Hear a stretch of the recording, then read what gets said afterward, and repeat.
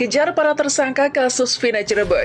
Ibnu Rudiana merupakan salah satu aktor di balik kasus yang menewaskan anaknya sendiri. Ini yang masyarakat belum banyak tahu, yaitu handphonenya Muhammad Rizky Rudiana. Kasih hukuman mati tuh.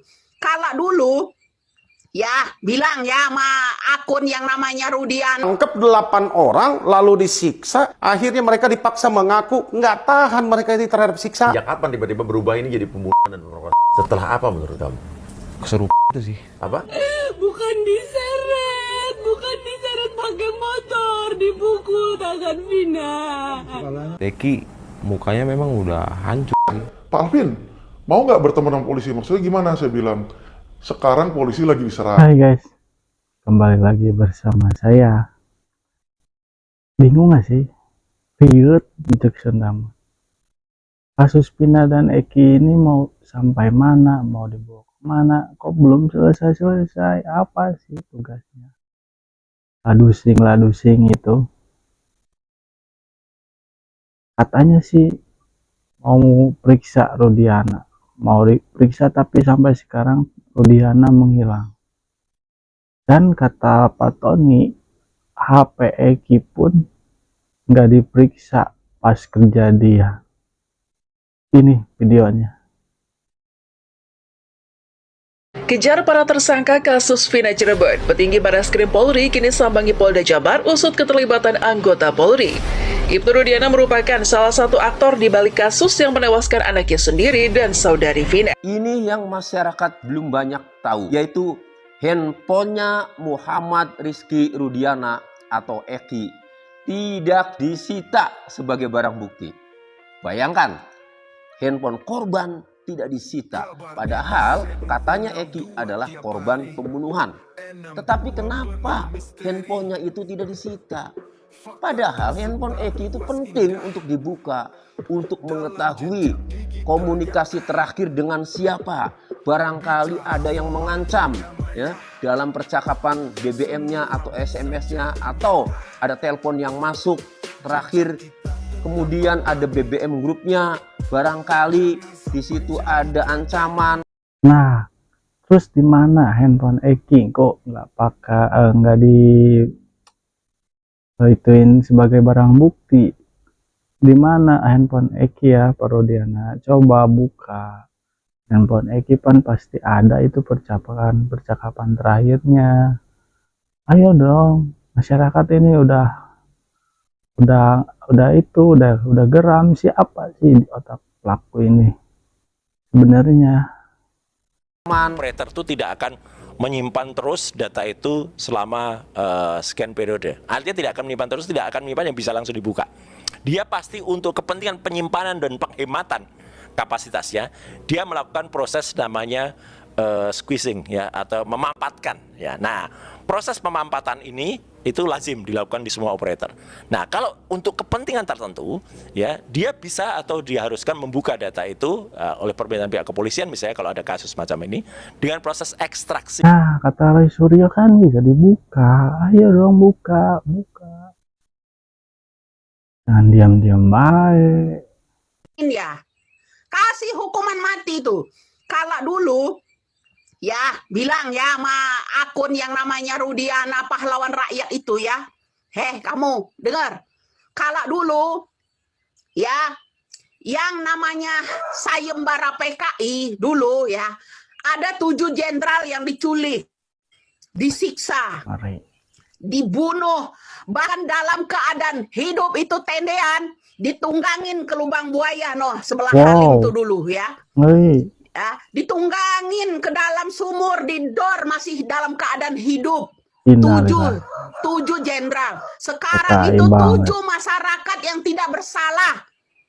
Ya, itu disiksa sama Rudiana dan kawan-kawannya. Apa bukan PKI mereka? PKI. Nah, apa yang dibilang tadi sama Ibu Widya ya. Rudiana itu PKI.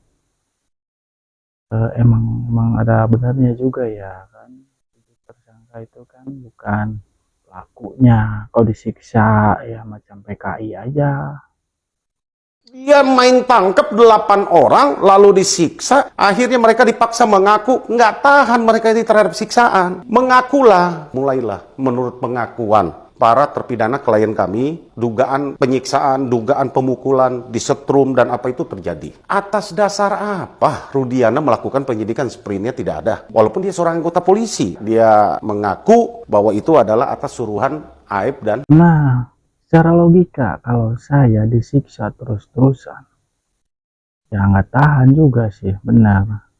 Ya mungkin kalau emang kita nggak mau ngaku, mungkin kita mati. Kenapa tiba-tiba dan sejak kapan tiba-tiba berubah ini jadi pembunuhan dan pemerkosaan? Setelah apa menurut kamu? Keserupan itu sih. Apa? Bukan diseret pakai motor, dipukul tangan Vina. Kepalanya sih, Dede, kepalanya kenapa? Diapain Dede kepalanya? Tadinya dibenturin. Dibenturin kemana? Ke motor, terus ke aspal. Teki mukanya memang udah hancur sih. Rontok juga giginya. Oke, rontok giginya. Iya, rontok Hancur itu giginya. apa aja? Hancur itu gimana? Mukanya udah agak kayak apa namanya? Ngebiru juga, terus kayak bengkak gitu tuh. Bengkak? Iya. Oke, rontok giginya lu lihat? Dari kesurupannya Linda, tapi emang dulu saya juga percayanya itu pembunuhan. Katanya kan banyak yang bilang itu kesurupan Pina asli. Suaranya mirip banget Pina ya. Dan helm juga di sini yang hancur di sini ya, giginya rontok. Secara logika kalau tabrakan atau menabrak tiang, apa bisa ya? Saya juga nggak tahu. Kenapa keluarga Pina, khususnya kakaknya Pina, ya gitu ya, sangat meyakini bahwa peristiwa ini adalah peristiwa pembunuhan. Ya, kalau saya mau berbicara secara jujur, apakah kakaknya Pina tahu banget atau persis tidak peristiwanya? Kan tidak. Dia hanya tahu setelah adiknya menjadi almarhumah kan gitu ya. Ya kan, menjadi almarhumah. Kemudian yang kedua, di tahun 2016 betul-betul skenario atau alur cerita yang dibangun tentang adanya peristiwa pembunuhan itu betul-betul menghipnotis semua orang. Termasuk saya Pak nih. Menghipnotis semua orang. Bahkan kalau tidak salah, ya jaksa, hakim, kan itu ya. Bahkan kalau tidak salah waktu itu ada demo masyarakat Cirebon untuk mereka minta supaya terpidana ini betul-betul diadili. Kalau tidak salah nih ya, kalau tidak salah informasi. Nah artinya cerita yang dibangun di tahun 2016 itu sangat luar biasa masif.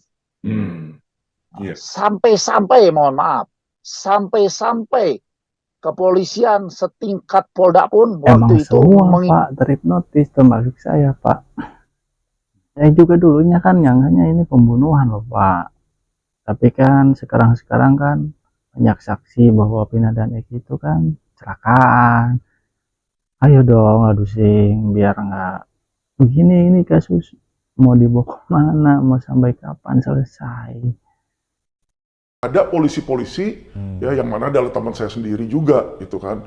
Telepon saya, Pak Alvin, mau nggak bertemu dengan polisi? Maksudnya gimana? Saya bilang, sekarang polisi lagi diserang kasus Vina. Ayo kita belain polisi. Saya bilang, loh, bentar, polisinya keadaannya benar atau salah? Jadi dia bilang secara membabi buta, ayo kita jadi pembelanya. Kayak yang bicara lah, humasnya lah gitu. Humas secara tanda kutip ya kan. Sebagai lawyer ya, padahal nggak dapat surat kuasa. Saya tanya dia, abang dapat surat kuasa nggak? Enggak. Terus kenapa bicara? Ya sekalian ini TV-TV pada mengundang. Jadi kita lihat kalau di TV, ada lawyer yang menyerang polisi, ya kan? Kayak Hotman kan dia bilang, Presiden ini dilepaskan dulu, ini salah tangkap. Itu kan berarti kan berseberangan sama polisi, atau melawan lah kita bilangnya ya. Ada yang, itu itu udah benar, polisi udah benar, itu ditangkap, orangnya gini-gini, bla bla bla. Kan kita lihat dua sisi kan. Nah, sisi yang membela polisi itu yang menjadi pertanyaan saya. Nah, menurut Koko ini kan sebelumnya itu ada yang mengajak untuk membela polisi. Nah, Anda tanyalah, membela kebenaran apa membela kebobrokan ya? Kayaknya ini emang tanda tanya besar ya. kasus Vina ini benar-benar bikin serius, pusing. Kalian gimana pendapat kalian? Ya, terima kasih ya. Sampai sini aja reaksi dari saya. Terima kasih yang sudah menonton. Lupa like, share, dan subscribe.